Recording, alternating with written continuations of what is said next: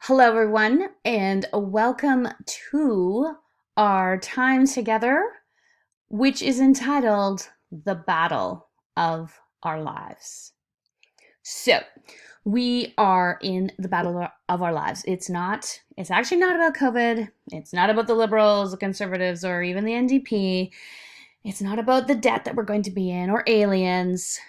The battle of our lives is about reading strategies, how we must know about potential reading strategies, and that is the battle of our lives. You may go like, oh wow, she's losing it in her little office all by herself, but how we decide to teach children how to read affects everything that they do in school and really beyond school. Remember 371? 371 is going to haunt you in 3103 because these decisions that we make as teachers in how we teach children how to read absolutely impacts their life. Oh, sounds kind of melodramatic, but again, there are immense ramifications. So we are going to look today at phonics versus whole language versus balanced literacy. These are all terms that you need to know as potential literacy teachers, and we're going to have a look at some of the background, some of the programs, and some of the pros and cons of these particular strategies. So really, why should we care about reading and teaching reading?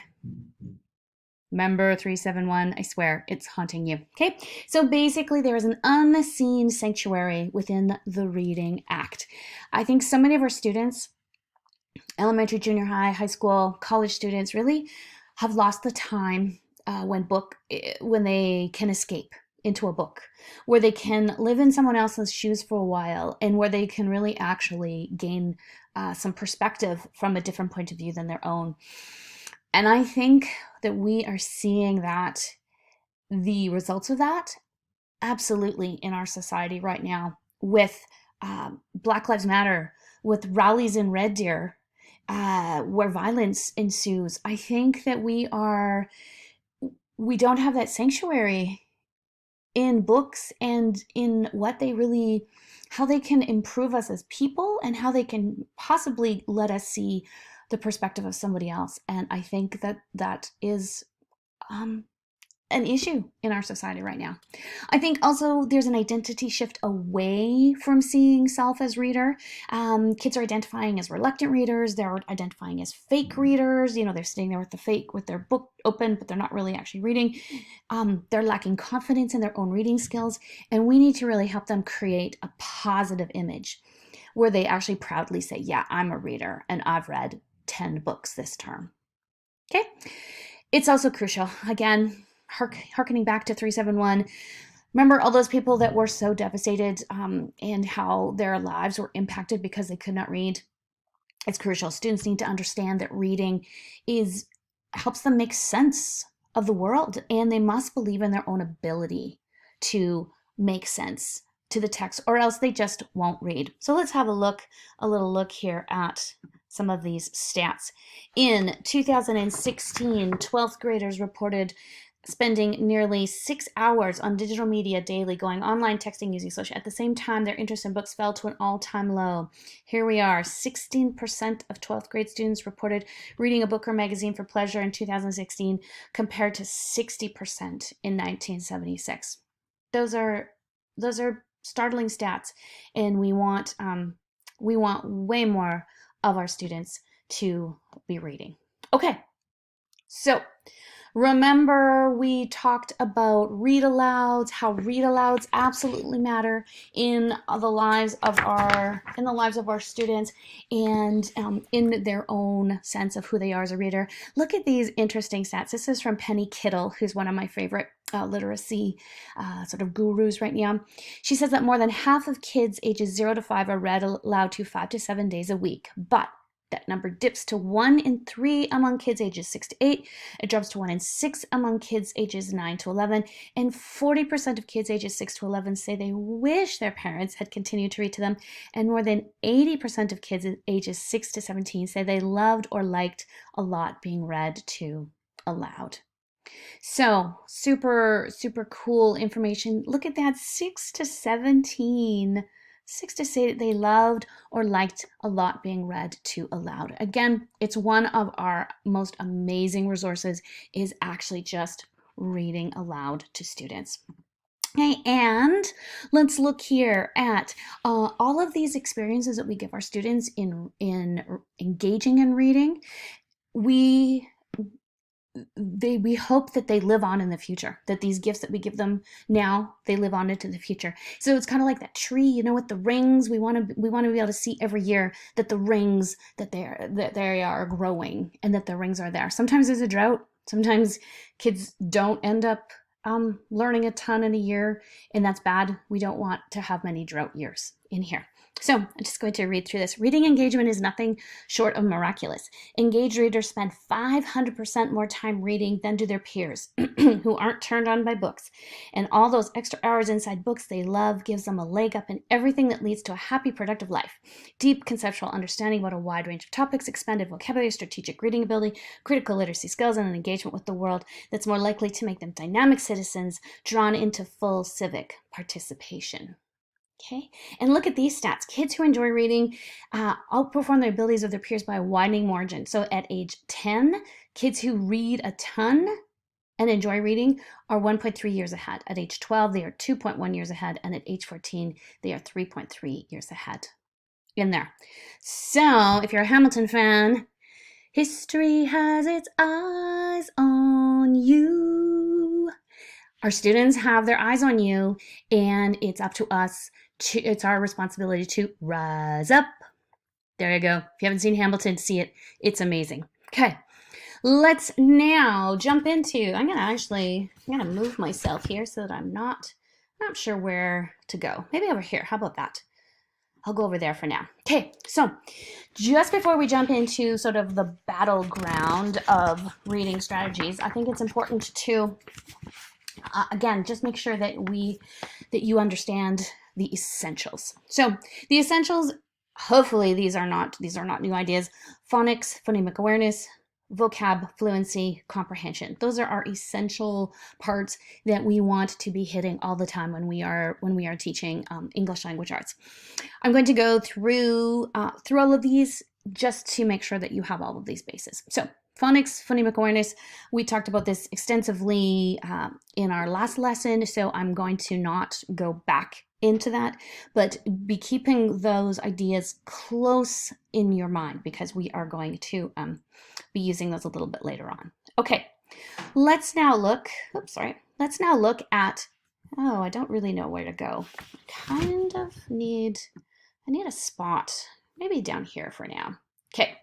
Okay, so let's look at vocabulary. So basically, this words, I'm going to read you a couple quotes. Words are the instruments that authors and poets use to enchant us, delight us, sadden us, amaze us. And a robust approach to vocabulary involves directly explaining the meanings of words along with thought-provoking, playful, and interactive follow-up. So you can find those quotes on the Balanced Literacy Diet here. And I think that it's important that kids have a huge vocabulary for their ability to communicate orally, as well as so that they know what's going on in particular text. So basically, and there's some controversy around this, which we'll touch on, but basically there are sight words that we are hoping kids can just read by sight. If you're a Katie Garner fan from Secret Stories, she would say we should be able to sound out these sight words. The kids don't actually have to memorize these because memorization of all these sight words are hard.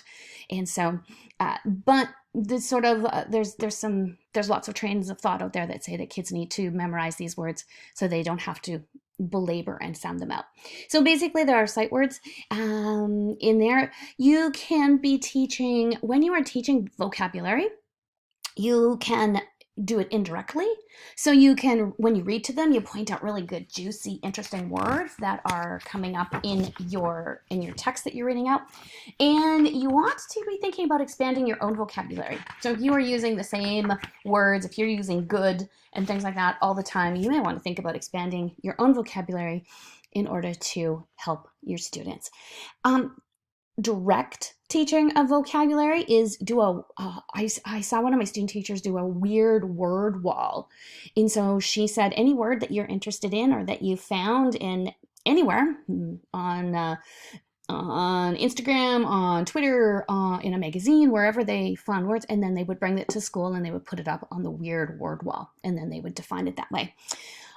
I've also seen some really cool things happen when there are unexpected events. So things like a child comes in and they've broken their arm and they're in a cast. Well, that's the time to talk about cast, about fractures, about plaster, about elevation. Like, it gives it a real context. So bring that vocab in when there's actually a real live event happening. Consider always teaching Goldilocks words. And what that means is the words that are just right, that they need to know for that particular grade. So think about what those words are that grade 4s need to know, grade 6s need to know. Okay, and teach specific words that you know are coming up. So if you know that you're doing a science unit on electricity, then you will probably start to bring in all watts and volts and currents and things like that.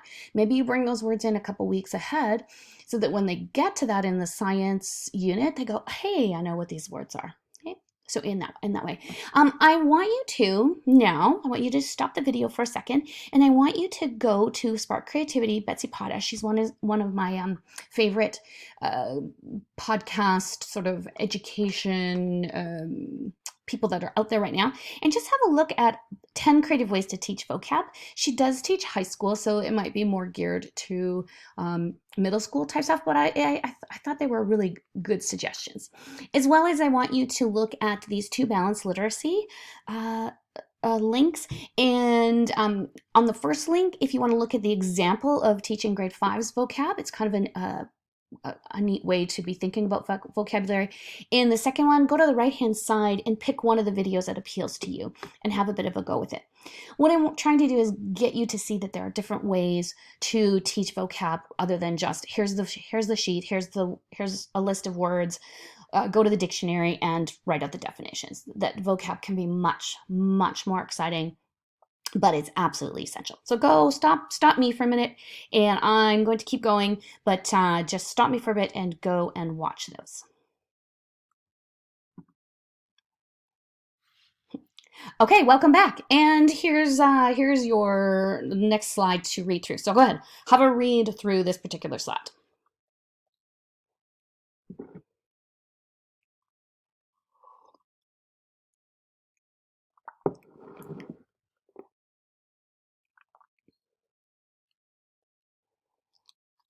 Okay, hopefully you get the idea that fluency, if you are so bogged down, for us, we can actually figure this out. But for kids who this is just a big jumble, whoa, I got like some great aura going on behind me. The sun came back out. It was gone before. So when kids see this and they have such a difficult time figuring out where the words are and then reading it fluently, what happens to their comprehension when they get so bogged down in actually reading it? Their comprehension goes down, right? And that's ultimately what we want in reading, is for them to be able to comprehend. So fluency is absolutely key. So let's look at a little bit about what fluency means. So it's the ability to read words in context quickly and accurately. So again, if they get bogged down, they lose the sense of what it's about. They get to the end of the story, the paragraph, the page, and they don't have a clue what they read because it just took them so long to read. Ways that you can help kids with fluency is you model fluent reading, and model it a lot so that they absolutely start to hear what fluent reading is. Also have students reread and reread texts over and over and over again. I think what happens a lot of times is we give kids texts and we give it to them once and then they never see it again. So to become fluent, they have to see that text over and over again, but in a really authentic way.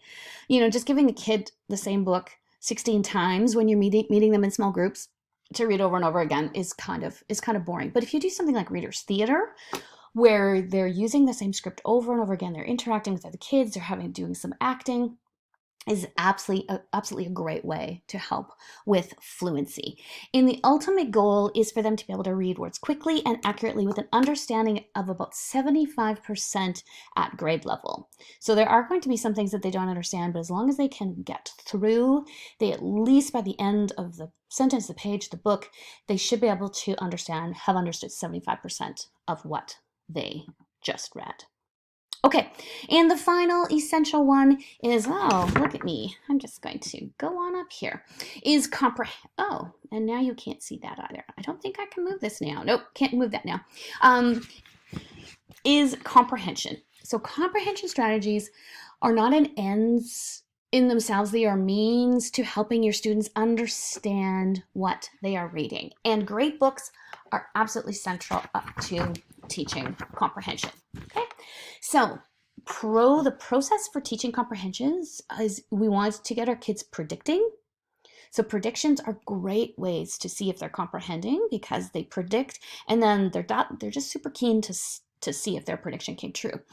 You want a question, so you want to ask them questions. You want to have them create images. You want them to seek clarification, and you want them to construct summaries. So you want them to be able to do all those things, and that will then ultimately show you if they actually comprehend. We ultimately want them to become independent advocates for themselves. So if they get to the end of a paragraph and they go, do I actually understand any of that? And they say no, then they actually are independent enough to go back and get that. Okay, so these are just, I'm going to go through these now. These are just some ways to be promoting comprehension. See, now the sun's going away, so I don't have quite the aura that I had before. So ask open-ended questions to your children. Don't ask them what color is the red wagon, because it actually doesn't show if they comprehend why the wagon was in the middle of the road. Right? That's much more interesting. So ask open-ended question. Do like Oprah Winfrey interviews where the children are, one could be Oprah Winfrey or any interview type, popular interviewer. There we go. That's the word.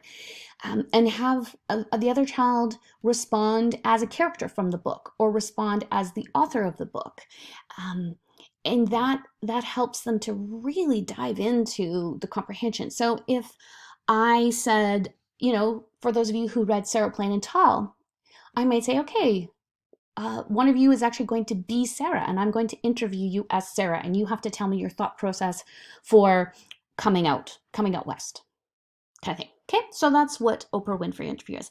Directed reading is where you actually prompt them. So in those small groups, what do you think is going on? What do you think is happening? What does the cover of the book tell us? All those kind of things. Okay, KWL, again, get them to write down what do they know, what do they want to know, and then at the end, what did they actually learn? Because that will actually be a great indicator for you and for the students to go, oh, I actually learned something. I actually really did comprehend this.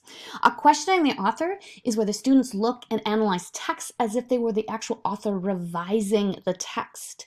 So they might go, okay, so why did the author put some figurative language here? Why did the author talk about this character's perspective before a different character's perspective? So again, so that helps them to see the writing from a different viewpoint. Reciprocal teaching is where the student is reading and dialoguing with you in order to construct meaning. So they are saying, okay, they're coming up with their own summary. They're asking you questions. Can you clarify this? And that's when you then start to scaffold their learning in there. So it's an important part. Think alouds, again, kind of like what we talked about in modeled reading, is they should be thinking out loud so that you can actually see, oh, that's where they're missing um, a certain part of the story, which is then obviously is tripping them up in their overall comprehension. Okay, so get the kids to actually think out loud so that you know where their thinking is. If you have kids that love visuals, give them graphic organizers, give them a brainweb, give them a chart, give them a timeline for the story, give them a Venn diagram so that they can actually start to see, okay, what is happening here in the story, and then how can I visually represent it? You can do story maps. Again, you can say what's happening in the beginning, what's happening in the middle, what's happening at the end. What are the characters doing? Or what are the characters doing? What is the conflict? And what it does is it just helps those kids who they get lost in the story. They go, hey, okay, in the beginning, in the introduction, this is what happened, and they write that down, and then they can always refer back to that. That's a story map. Beach ball. This is one of my favorites. I actually saw a student teacher do this. They had a beach ball. You write on it with permanent ink, and you write on things like plot, character, high point of story, conflict resolution, and then they just basically throw it around the room when it's not COVID time, and they catch it, and then whatever is facing them, they will talk about. So you say, okay, tell me about the plot. And it's just a fun way the kids really get into it, and you're getting a sense of their comprehension. And basically, doing the book is when they interpret and recreate dramatically the story. Now, again, this is not like a full production, like go to the gym and invite the parents. It's just, okay, kids, you got 20 minutes. You are going to demonstrate your understanding of a chapter of Shredder Man, and you're going to recreate it. And you're going to show me that you understand what's going on in that particular chapter. Okay, so those are some ways that you can actually check for comprehension and support comprehension. There are also two terms in comprehension that I want you to know. Is close reading with S is where students actually just study the text closely for all kinds of clues. So symbolism, cool words, different literary devices. So they're reading it really closely for a particular characteristic. Close with a Z reading is where you actually just delete words from a passage, and the students have to try to fill in those words with knowledge of the context of the paragraph or the story and the language. So those are two. They sometimes get mixed up, but if you have your partner teacher says, I want you to do a close reading activity, you'll know that you need to delete words from there. Okay, I'm going to stop the video because I'm going to jump into the next. We're going to jump into the reading strategies that you looked at in your reading. And I want you to be able to have this as a separate video in case you want to come back to it. So enjoy, and we'll see you in a bit.